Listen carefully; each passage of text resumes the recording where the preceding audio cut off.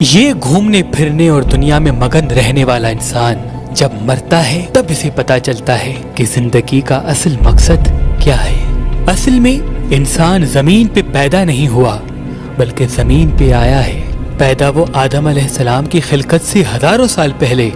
عالم ارواح میں ہو چکا۔ عالم ارواح میں انسان سے وعدے لیے گئے کہ وہ اللہ کے لیے ہر قسم کا امتحان دے گا، کبھی اللہ کے لیے صبر کرے گا تو کبھی اللہ کی نعمتوں پر شکر کرے گا تاکہ اس امتحان کے بدلے اللہ اسے جنت میں جگہ عنایت کرے۔ لیکن افسوس کہ جب باپ کے سلب سے ماں کے شکم میں آتا ہے تو سب کچھ بھول جاتا ہے اور اس چھوٹی سی دنیا اور محدود سی زندگی میں ایسا کھو جاتا ہے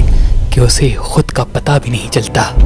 امام جعفر صادق علیہ السلام نے فرمایا، انسان کے 3 قسم ہوتے ہیں، ایک وہ جو فرشتوں سے افضل ہیں، دوسرے وہ جو کبھی گناہ کرتے ہیں تو کبھی گناہوں کی معافی طلب کرتے ہیں، اور تیسرے وہ جو گناہ کر کر کے خوف گناہ سے ہی دور ہو جاتے ہیں، اللہ کی رحمت سے مایوس ہو جاتے ہیں تو ان کی شکل عارف لوگوں کے سامنے جانوروں جیسی بن جاتی ہے۔ اس میں سے کوئی کتے کی مثل ہوتا ہے، کوئی گدھے کی مثل ہوتا ہے، کوئی گائے کی مثل ہوتا ہے تو کسی کا مزاج سانپ کی مثل ہوتا ہے۔ وہ رہتے کھاتے پیتے تو انسانوں کے ساتھ ہیں لیکن انسانوں کے اندر ان میں جانور چھپا ہوتا ہے۔ بس فرشتہ موت اسرائیل کی شکل میں آ پہنچتا ہے اور جب جسم سے روح کو جدا کیا جاتا ہے، حضور پاک نے فرمایا کچھ انسانوں کا روح اس طرح سے جسم سے الگ ہوتا ہے جیسے کوئی کسی کو خوشبودار پھول محسوس کرائے اور وہ اس خوشبو کے ساتھ اپنے جسم کو چھوڑ دیتے ہیں، تو کچھ کے ساتھ ایسا ہوتا ہے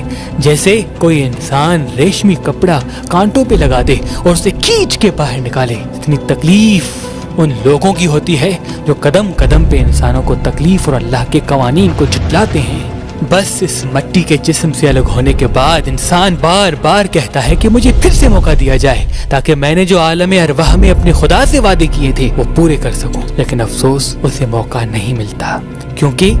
اللہ کی دربار میں جو وقت اس کا لکھا ہوتا ہے وہ اس نے پورا کر دیا ہوتا ہے۔ امام جعفر صادق علیہ السلام نے فرمایا، اللہ کے پاس جو لوح محفوظ پہ انسان کا وقت لکھا ہے وہ دنوں، سالوں اور مہینوں میں نہیں بلکہ سانسوں پر مبنی ہے کہ یہ انسان اتنی مرتبہ سانس لے گا اور اتنی مرتبہ سانس چھوڑے گا۔ بس انسان کے جسم کو جب تدفین کیا جاتا ہے تو انسان کا روح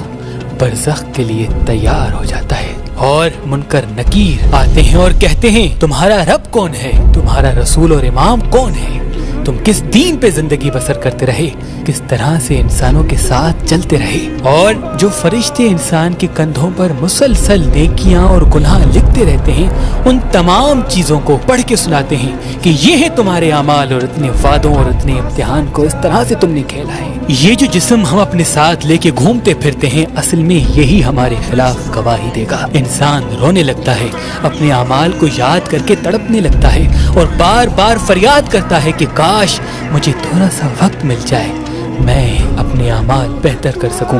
جس انسان کو مجھ سے تکلیف ملی میں اس سے معذرت کر سکوں، معافی مانگ سکوں، لیکن افسوس اسے وقت نہیں ملتا کیونکہ جتنا وقت اسے ملنا تھا اتنا وقت اسے زمین پہ مل چکا۔ اچھے اعمال والوں کے لیے فرشتے جنت کی خوشخبری سنا کے جاتے ہیں اور خراب اعمال والے کے لیے دوزخ کی خبر سناتے ہیں اور یہ کہتے ہیں اب یہی اعمال تمہارے خالق کے سامنے پیش کیے جائیں گے اس دن جس دن کا وعدہ کیا گیا تھا۔ امام جعفر صادق علیہ السلام نے فرمایا، جب کوئی انسان مر جائے تو ان کے وارث جتنے زمین پہ موجود ہیں ان کو چاہیے ان کے لیے اچھے اعمال کرتے رہیں تاکہ قیامت تک پہنچنے تک ان کے گناہوں کا ترازو کم اور ان کی نیکیوں کا ترازو بھاری ہو سکے۔